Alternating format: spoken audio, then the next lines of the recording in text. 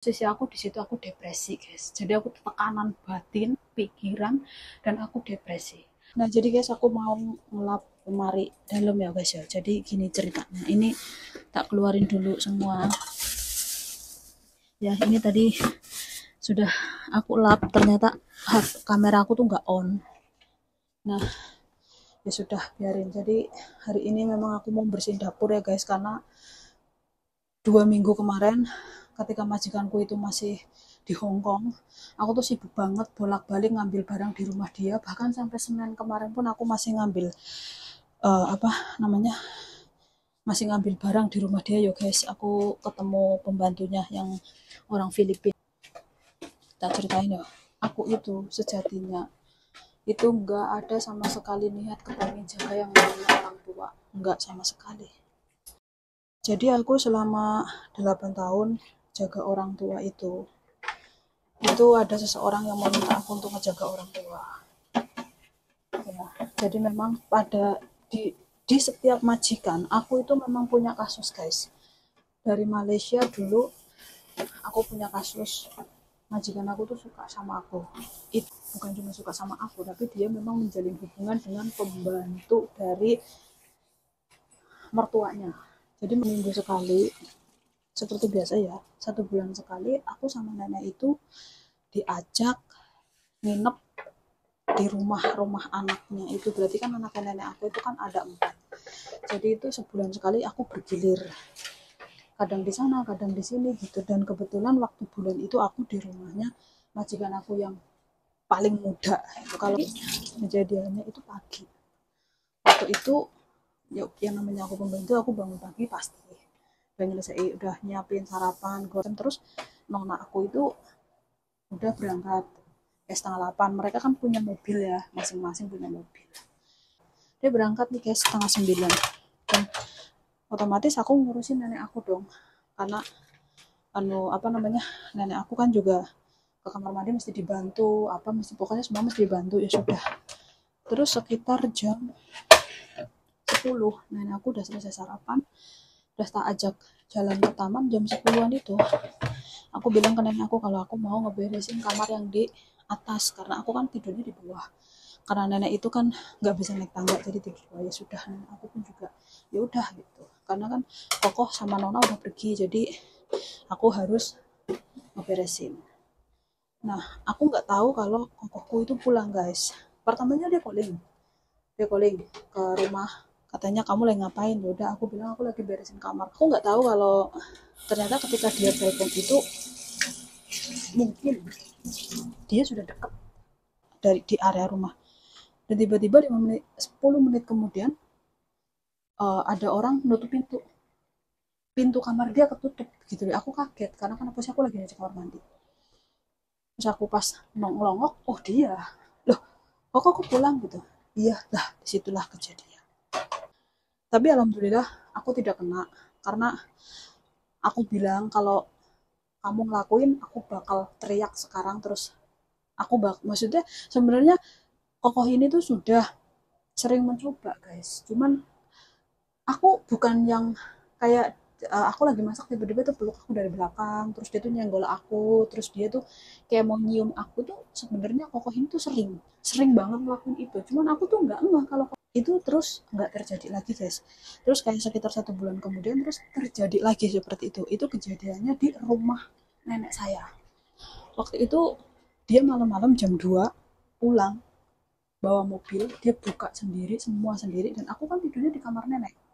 Pokoknya aku tidurnya di lantai, nenek di atas kayak gini. Nah tiba-tiba dia bisa tidur di samping aku loh guys. Kayak aku nggak ngerasa dia tidur di samping aku. Tiba-tiba tuh di ini di telinga aku tuh denger nafas dia. Terus aku kaget, aku bangun.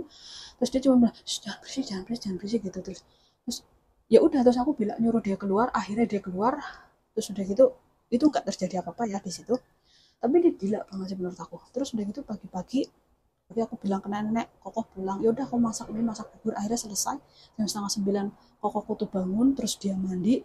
Terus dia itu cuman pakai kolor gitu, kolor sih bukan sempak, kolor. Terus dia keluar dari kamar mandi, dia bilang, Mer, sini masuk gitu. Loh gila kali aku suruh masuk ke kamar mandi. Terus udah, jadi aku nggak mau. benar dipaksa, dan di situ memang aku udah maksudnya udah sangat ketakutan ya, karena akhirnya aku lari bisa melepaskan, aku lari ke depan meja makan, dan di laci meja makan itu ada gunting katanya. Jadi aku ngambil gunting itu, aku bilang kalau kamu mendekat ya udah gitu. Kokoh aku ini tuh kayak ya sudah, jangan jangan jangan jangan. Nah setelah itu guys, yang bikin aku sakit hati ketika aku ini minta pulang, terus aku kan udah lah, aku nggak kuat, aku minta pulang aja. Loh alasannya apa aku minta pulang? Aku ngomong minta pulangnya tapi bukan sama kokohnya ini. Aku ngomongnya itu sama kakaknya perempuan. Dan pas waktu mereka hari Sabtu kan datang semua gitu, aku ngomong, kak aku mau pulang. Pulang kenapa? Eh, Kokoh begini begini begini. Itu nggak ada yang percaya loh guys. Setelah aku ngadu ke majikan yang perempuan, dia nggak percaya. eh, 1 minggu kemudian atau 2 minggu kemudian gitulah ya, aku agak lupa berapa minggu, intinya tuh entah 2 minggu entah 3 minggu, itu kejadian rumah di rumah mertuanya si Kokoh. Dan si Kokoh itu kan memang punya hubungan sama pembantunya. Jadi ketika itu mereka berdua itu ketahuan sama mertuanya si Kokoh, dan akhirnya mertuanya si Kokoh ini lapor ke istrinya si Kokoh. Nah terus jadi mereka itu berantem ya, nggak tahu kayak mana gitu ya. Terus pembantunya itu dipulangin ke Indonesia, tapi sebelum pulang ke Indonesia pembantunya itu ada calling si ibu, dan ibu ini adalah tetangga di rumahnya si Kokoh. Jadi kalau pembantu itu datang ke rumah Kokoh itu sering komunikasi sama ibu gitu loh. Dan aku juga memang komunikasi juga sama ibu, dan ibu itu juga memang udah memperingatkan aku untuk hati-hati sama si Kokoh. Cuman kan aku nggak mau. Jadi memang pembantu yang di rumah Nona itu tuh memang uh, janda guys, janda anak satu gitu. Jadi ya ya itu ceritaku di Malaysia. Jadi setelah kejadian itu kayak 3 minggu atau 2 minggu kemudian, terus aku pulang ke Indonesia. Gak peduli besok hujan lagi, jendela tetap tak lap ya.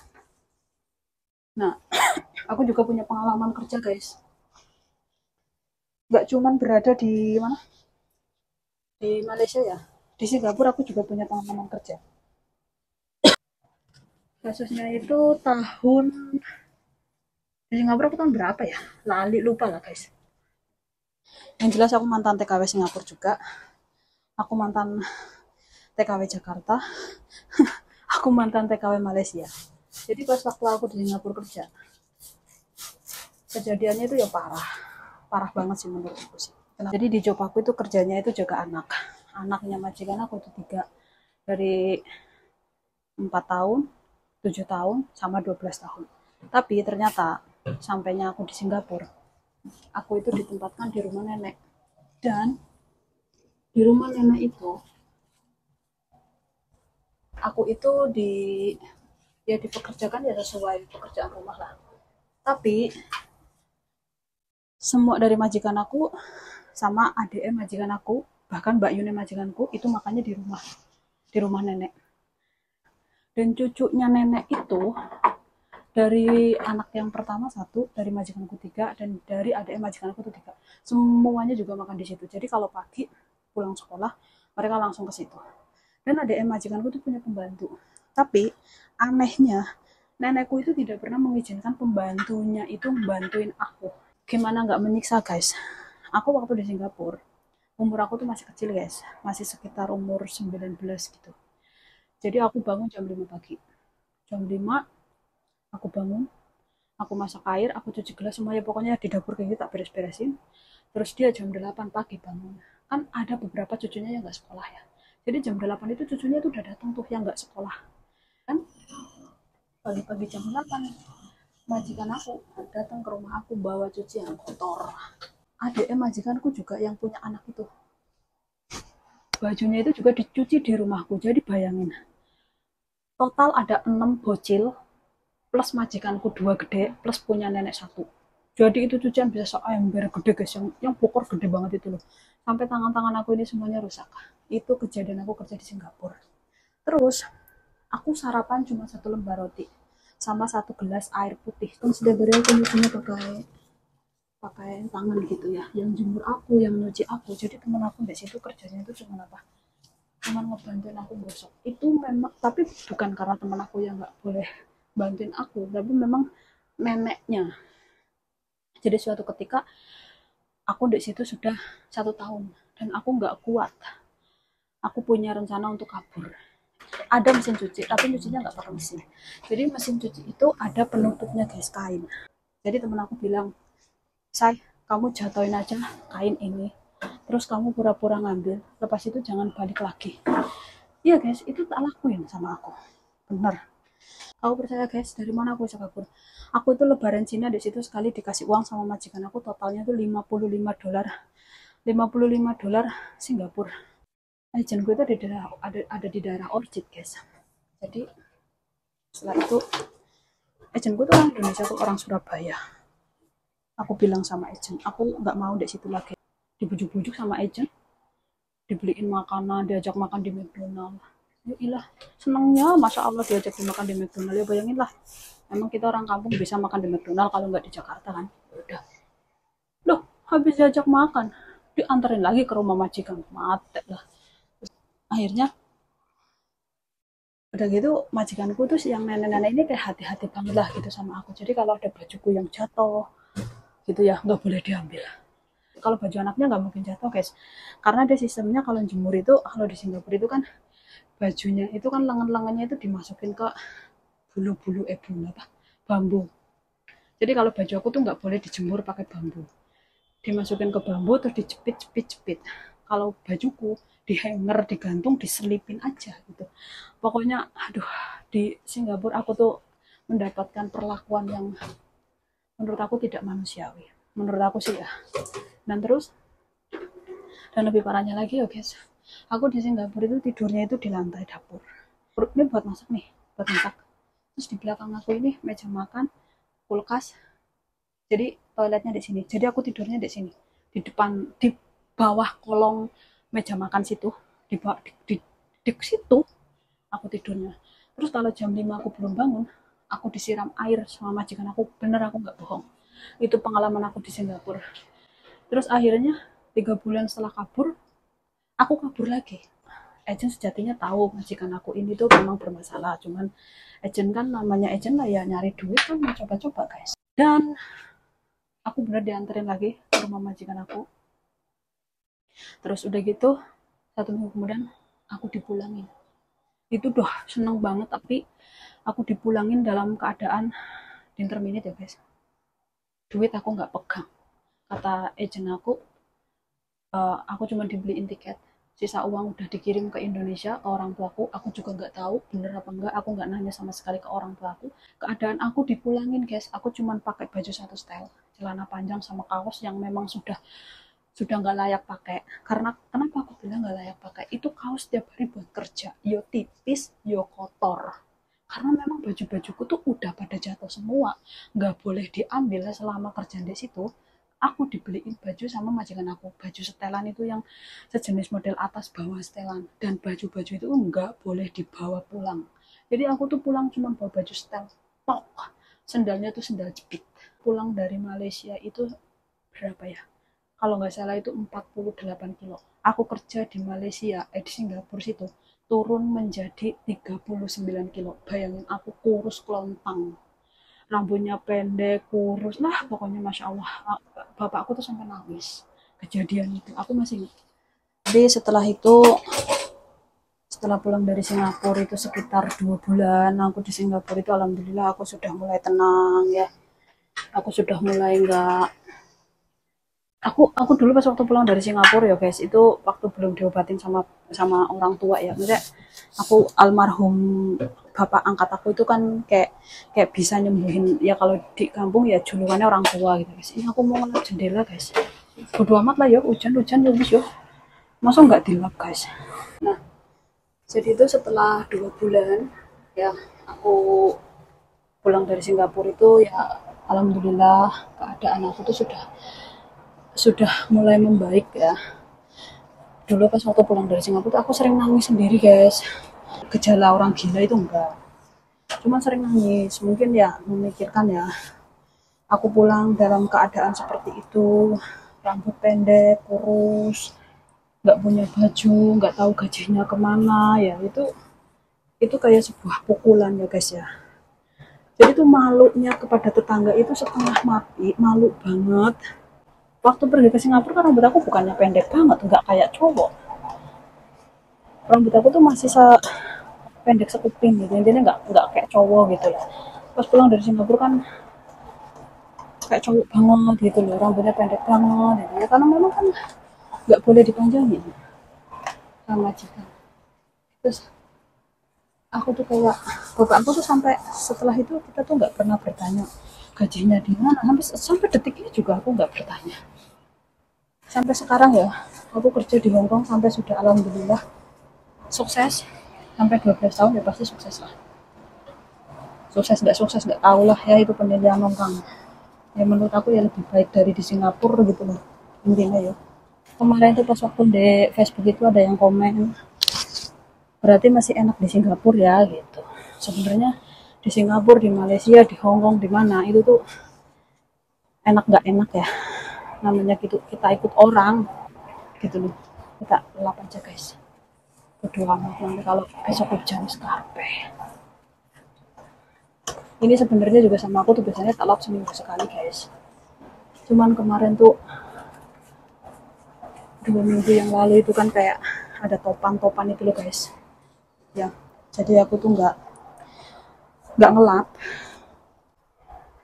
Nah beres guys, kerjaan aku udah beres, jadi aku udah beres guys, ini udah bersihin jendela, udah mau hujan lagi tuh lah, bodo amat lah wis, males mau, udah mau hujan guys, udah hujan lagi tuh, bodoh lah.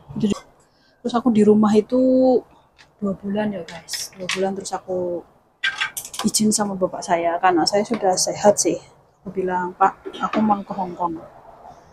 Terus bapak saya memang awalnya nggak ngizinin guys, karena ya pasti dia trauma lah, dia trauma banget. Pas waktu aku di Malaysia aja, aku 2 tahun gitu, 2 tahun berapa gitu lah, intinya bapak aku tuh trauma lah. Terus aku bilang sama bapak aku mau ngebantu bapak gitu, karena jujur ya guys, aku tuh bukan dari orang keluarga kaya. Bapak aku itu ya pokoknya intinya kayak gitulah, umur 5 tahun itu udah ditinggal sama ibu aku. Terus bapakku kerja sendirian, ngurusin aku, ngurusin kakakku. Terus bapakku juga dulu tuh, terus setelah ibu aku meninggal, bapakku tuh udah mulai sakit-sakitan gitu.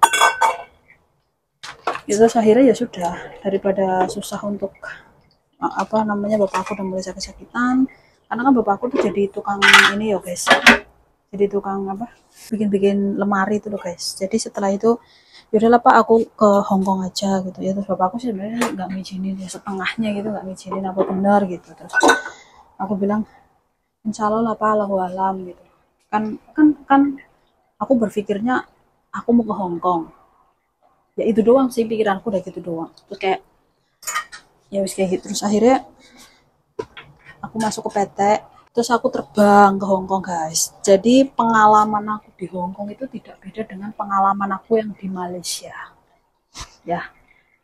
Jadi pengalaman aku di Malaysia kan aku ketemu sama majikan cowok yang ya kalau ya kayak gitulah, maksudnya itu mesum gitulah katakan. Jadi aku di Hong Kong juga ketemu dengan majikan yang sama-sama mesum, tapi mungkin adalah uh, kalau kalau orang yang bekerja di Hong Kong ya pasti tahu daerah Chaiwan, perumahan polisi, pasti tahu. Nah aku dulu majikan pertama aku tuh ada di situ. Jadi kasusnya memang sama kayak uh, jadi majikan aku tuh suami istri, punya anak satu umur 21 tahun, dan aku di situ dipekerjakan untuk kayak memasak sama bersih-bersih, terus cuci mobil.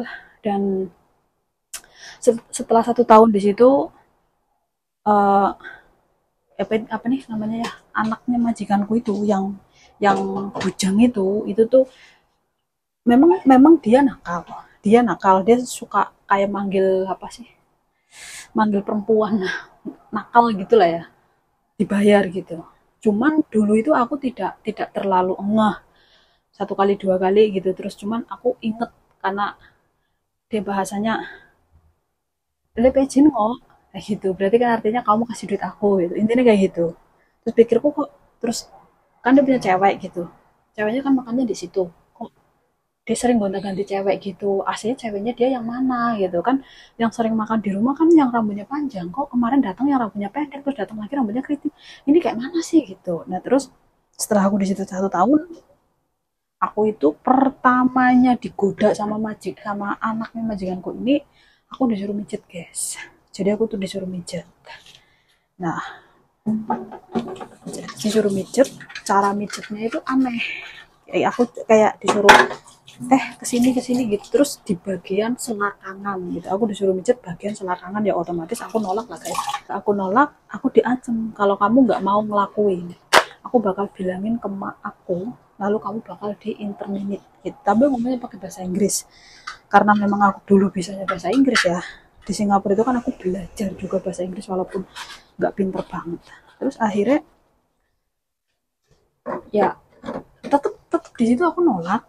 Aku cuman terserah, kamu mau interminate aku juga terserah gitu. Terus akhirnya memang benar, setelah itu dia mencoba beberapa kali guys, malam-malam pulang jam 12 malam juga dia mencoba. Jadi kan gini, kalau hari Sabtu majikan aku cewek ini tidur di rumah mamanya kalau hari Sabtu, dan majikan aku cowok ini juga polisi, jadi dia tuh detektif gitu loh.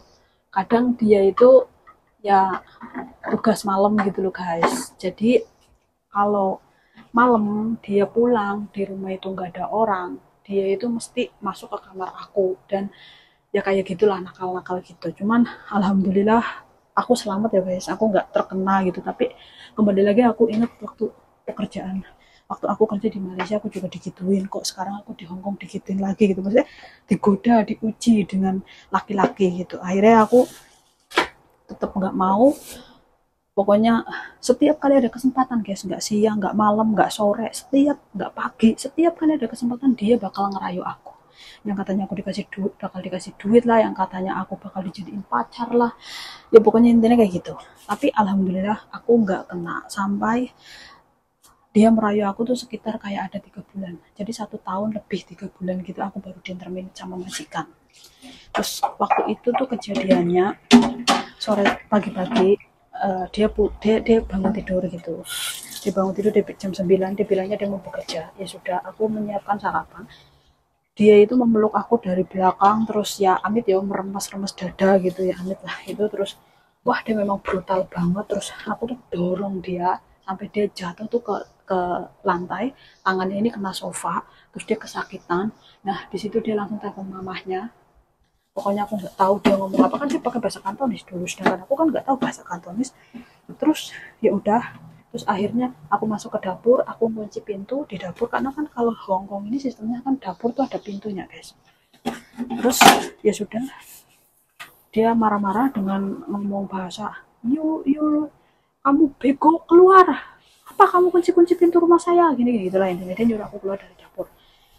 Ya pokoknya, kamu itu jelek lah, aku nggak suka lah sama kamu, katanya gitu lah intinya ya. Anu anu udah ngomongnya, remember my mom will interminate you, remember, kalau intinya ngono kuwi lah bahasanya. Terus udah gitu ya udah, akhirnya setelah kejadian itu majikan aku sore-sore gitu jam 3 dia langsung pulang, majikan perempuan. Terus aku dipanggil tanpa basa-basi, terus aku disuruh beresin tas-tas aku itu. Di rumah agent itu ada pembantu Indonesia. Agentnya itu ngomong ke pembantunya Indonesia, ke pembantunya itu katanya aku ini nyuri. Katanya dia ngomong gini, Ceh, tadi agent itu ngomong lu sama aku, kenapa kasusnya sampai nyuri ya? Hah, nyuri gitu? Iyalah, majikannya sampai ngomong sampai nyuri kok. Aku nggak nyuri, Ceh, aku loh yang mau maksudnya diperkosa gitu ya sama anaknya gitu. Enggak lah, Ceh, majikanmu nggak ngomong. Ya udah, akhirnya kan aku berarti difitnah kan, ya wis lah. Akhirnya udah gitu, ya sudah, itu kejadian aku di Hongkong. Aku nggak sukses, terus aku akhirnya pindah majikan, dapat majikan, akhirnya aku finish kontrak di majikan. Jadi kayak gitu guys, kisahku di Hongkong. Sampai sekarang lah guys, alhamdulillah aku sudah sampai aku mau finish ya aku. Nah jadi seperti itu guys kisah aku di Malaysia, di Singapura ya.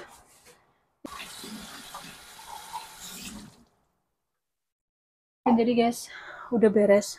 Kemarin aku udah nyuci piring. Ini ya di sini udah dicuci piring-piring. Aku udah beres guys ini. Tak nyuci ini dulu ya guys ya, ini banyak minyak, ini tak cuci dulu. Aku tak cuci ini guys, terus aku istirahat. Nah, jadi kayak gitu aja ya guys, kegiatanku hari ini dan ceritaku hari ini. Pokoknya kalau ada salah kata ya saya minta maaf ya. Tapi ya memang saya menceritakan apa yang terjadi pada diri saya. Pokoknya terima kasih banget buat teman-teman semua yang sudah subscribe pastinya ya. Terima kasih, terima kasih, terima kasih. Pokoknya terima kasih banget. Kalian yang sudah subscribe, semoga rezeki kalian itu lancar, sehat selalu ya, hidupnya tambah barokah. Pokoknya dukung terus channel aku ya guys, biar aku tuh makin semangat lagi. Pokoknya dukung terus konten-konten aku ya guys, biar aku tuh makin semangat untuk konten. Pokoknya salam dari TKW Hongkong ya. Pokoknya buat kalian yang mungkin masih ada di Indonesia atau mungkin ada yang masih baru ada di Hongkong ya, kalau kepengen tanya-tanya tentang majikan Hongkong tuh kayak gimana, kalian boleh komen ya, pasti aku jawab, pasti aku bales. Sebenarnya aku pengen cerita karena aku di Hongkong ini punya 12 majikan ya, aku pengen cerita tapi nggak sekarang lah, waktunya nggak cukup ya. Jadi assalamualaikum, ketemu lagi di next video, bye bye.